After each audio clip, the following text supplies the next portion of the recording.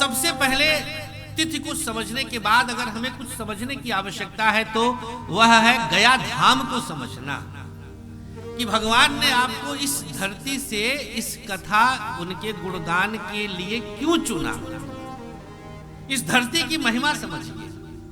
कोई कहां से, कोई कहां से, कोई कहां से, आप सब यहां आए हुए हैं और सब अपने अपने काम को त्याग करके समर्पित भाव से आए हैं कि अब यहाँ पर कोई ये टेंशन नहीं कि सुबह बच्चे को नाश्ता बना के देना या साहब को टिफिन बना के देना है। पूरी तरह से निर्द्वंद होकर के बैठे हैं।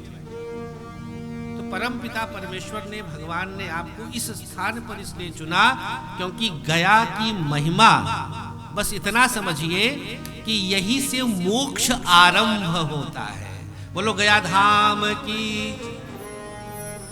यही स्थान है, गया से गति कहा गया, गाधा था, यहीं से अब आप गतिमान होंगे।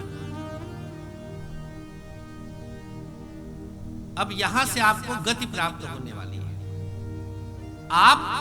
आपको कैसे गति प्राप्त होगी भाई? मैं ये क्या बोल दिया? आप तो यहां अपने पितरों को गति देने आए हैं, तो भैया पितर आपसे जुड़ गए हैं। आप सब यहां पर कहीं ना कहीं रुकावटों को दूर करने आए हैं। ये बात हम तो बड़े दावे से कह सकते हैं क्योंकि लाने वाले हम ही हैं। राधे राधे कहिएगा, कुंडलियां तो हम ही देखे रहे।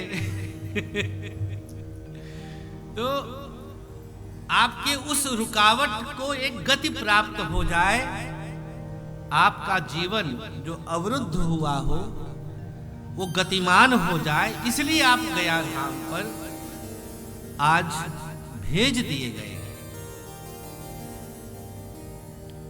आप लोग को जानकर बड़ा ताज्जुब होगा कि श्रीमद् भागवत जी में अब तक जो 30 वर्षों में मैं ज्योतिष के द्वारा आप लोग को बताता आ रहा हूं, सब कुछ पहले से ही है।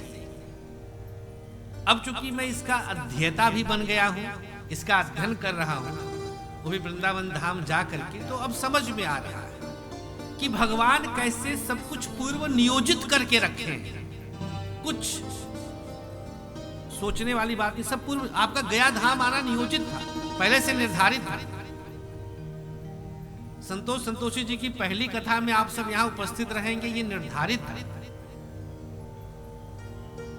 आप सब इतिहास बन गए, आज आप सब इतिहास में दर्ज हो गए।